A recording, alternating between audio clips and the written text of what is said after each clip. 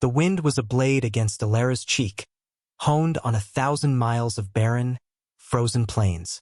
Each gust stole what little warmth she had left, leaving a brittle cold that seemed to settle in her bones. The world had been bleached to shades of white and gray, the sky a sheet of leads stretched taut above the skeletal fingers of distant trees.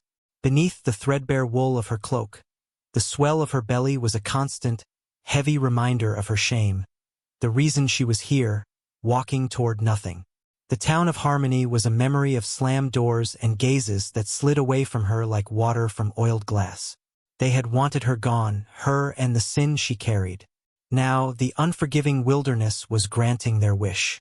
Her feet, wrapped in rags inside cracked leather boots, were numb appendages she could no longer feel. Every step was a prayer, a desperate bargain with a God who had long since turned his face away. Then she saw it. Not a mirage born of desperation, but a solid line against the snow, a fence. And beyond it, a curl of smoke, thin and defiant against the oppressive sky. Hope, a dangerous and unfamiliar feeling, flickered in her chest. It drove her onward, stumbling through the deepening drifts until the dark shape of a small cabin resolved itself from the gloom. It was a stark, lonely structure, as isolated and unwelcoming as the man who was said to live there. Silas. The name had been spoken in town with a mixture of fear and dismissal. A man who kept to himself, who bought his supplies twice a year and spoke to no one, his face a granite mask. They said he was haunted or simply cruel. But Alara had no choice left. Her strength gave out as she reached the rough-hewn porch, her body slumping against a post. The world swam in a vortex of black and white, the howling wind the last thing she heard before silence took her. She awoke to the shock of warmth. It was an aggressive, penetrating heat that made her skin ache. For a moment, she thought she had died and this was some strange, rustic corner of hell. But the smell of wood smoke and hot broth, rich and earthy, told her she was alive. She was lying on a pallet of furs near a stone hearth where a fire crackled and spit, a living creature in the otherwise silent room. The cabin was one small space, meticulously sparse. A rough-sawn table and 2 chairs stood in the center. A bed, neatly made, was tucked into a corner. On the wall hung an axe, a rifle, and a single, faded photograph in a wooden frame she could not make out from her position. A man stood with his back to her, tending a pot over the fire. He was tall and broad, his movements economical and precise. He turned, and she saw the face from the town's whispers. It was a landscape of harsh lines and quiet sorrow, his eyes the color of a winter sky. He held a bowl of steaming broth, his expression unreadable. He did not smile or speak, simply knelt and set the bowl beside her. The gesture was so devoid of sentiment it felt like a command. Alara struggled to sit up, her body a clumsy vessel of aches and exhaustion. His presence was immense, filling the small cabin, yet he made no move to help or hinder her. He merely watched, his stillness a heavy blanket. She took the bowl, her trembling hands sloshing the hot liquid over the sides. The first spoonful was agony and ecstasy, a fire that spread through her chilled insides. She drank it all, her gaze fixed on the wooden floor, too frightened to meet his. What did he want? What price would he exact for this charity? The questions swirled in her mind, but she was too weak to voice them. When she was done, he took the empty bowl without a word and returned to his vigil by the window, staring out at the blizzard that now raged, erasing the world. He had saved her from the storm outside, only to trap her in a new one of his own making, a storm of silence and uncertainty. The blizzard locked them in a world of white for 6 days. Time became measured not in hours, but in the logs he added to the fire and the simple, silent meals they shared. A routine, unspoken and unyielding, began to form. Silas would rise before the sun, his movements quiet so as not to wake her. He would tend to the few animals in the attached lean-to, a milk cow and 2 goats whose soft bleats were a comfort in the oppressive silence. Alara, desperate to prove she was not a useless burden, began to take on small tasks. She swept the hearth. She scrubbed the 2 bowls and the single pot until they shone. When he brought in a pail of milk, she found a piece of cheesecloth and strained it. He never acknowledged her efforts with words, but she would notice an extra piece of bread left by her palate, or that the water bucket was filled before she thought to ask.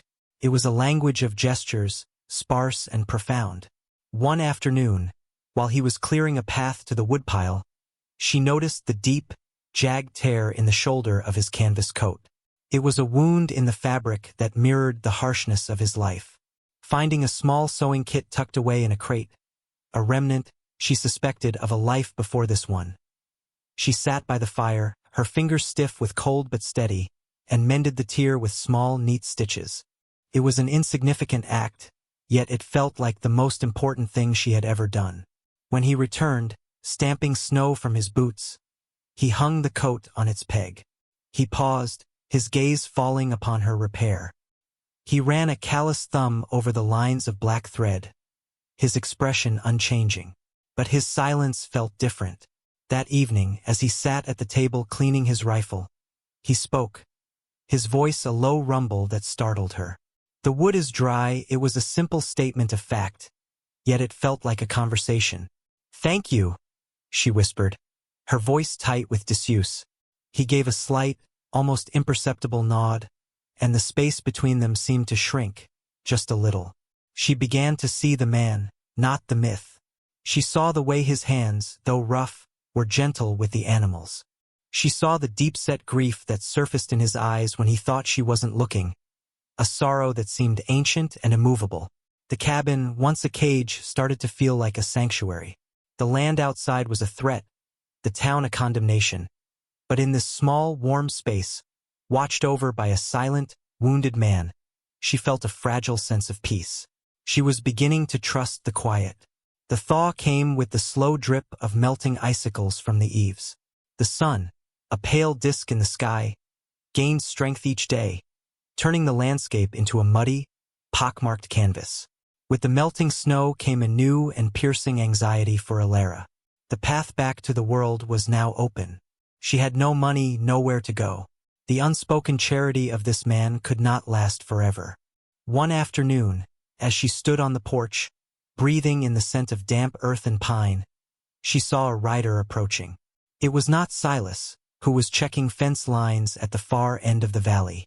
This man rode a fine black horse, and even from a distance, his posture was one of arrogant command.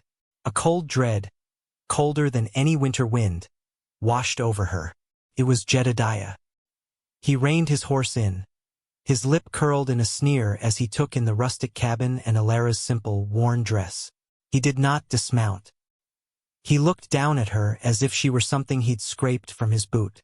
"So this is where you crawled off to," he said, his voice smooth and cruel. "I have to admit, I'm impressed. I thought the wolves would have had you by now." Alara wrapped her arms around her belly, a protective instinct. She said nothing. "My wedding is in a month," he continued, his tone hardening, "to a woman of good standing. This complication," he gestured dismissively toward her stomach, "needs to be resolved, discreetly." His meaning was a physical blow, stealing the air from her lungs. He wasn't here to help. He was here to erase his mistake. Just then, Silas appeared, walking up from the barn, a heavy axe resting on his shoulder. He moved with no haste, his stride deliberate and steady. He stopped a few feet away, his gaze shifting from Jedediah's expensive coat to Alara's pale face. He understood everything in an instant. "This is a private matter," Jedediah snapped, trying to reassert his authority. "Between me and her." Silas took another step forward, planting himself squarely between them. He did not raise his voice. He did not lift the axe. He simply existed, a mountain of silent refusal. "This is my land," Silas said, his voice low and resonant, carrying the weight of the rocks and the trees around them. He looked at Alara, a flicker of something fierce and protective in his eyes, and then back at Jedediah. "The lady is under my protection." For the first time, Alara felt a surge of strength that was her own. She stepped out from behind Silas, her chin lifted. She met Jedediah's hateful glare without flinching. Her silence was her answer. He saw it then, not the frightened girl he had cast out, but a woman standing beside a man who would not yield. Jedediah's face contorted with rage and humiliation. He was a man accustomed to getting his way through bluster and coin, but those currencies had no value here. With a final, venomous curse, he wheeled his horse around and galloped away, his retreat a victory far greater than any shouted argument. The air settled after Jedediah's departure, clean and still.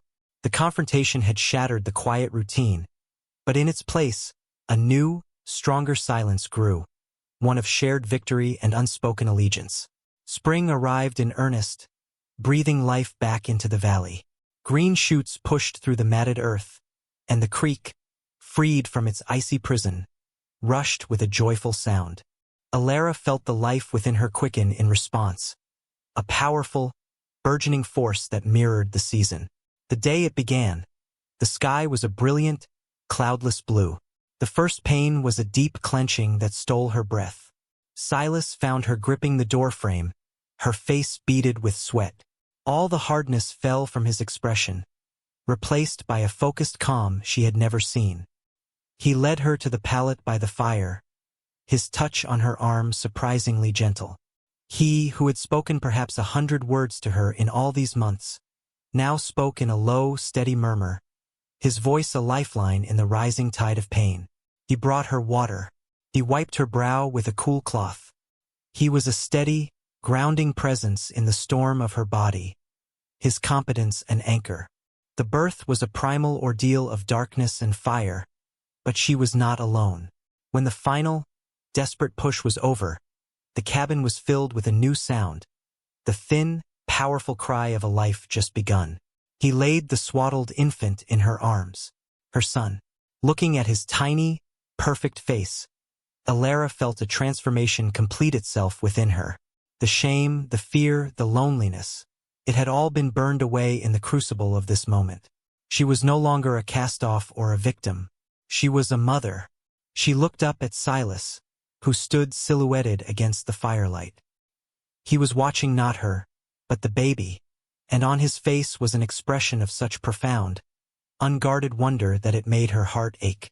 The gruff, solitary man was gone, and in his place was someone witnessing a miracle. In the days that followed, a new rhythm established itself. It was a rhythm of gentle care and quiet partnership. One evening, as she rocked her son by the window, she watched Silas out in the field, mending the very fence she had collapsed against months ago. He moved with the same steady purpose, a part of the landscape, a part of her world. He had offered her shelter from the cold, a roof over her head. But what he had truly given her was a place to find her strength, a sanctuary where she could be reborn alongside her child. And in sheltering the girl no one wanted, Silas, the man who had walled himself off from the world, had obtained the one thing he thought he had lost forever. He had not just gained a family. He had found his own humanity again, reflected in the eyes of a child and the quiet gratitude of a woman who had, against all odds, come home.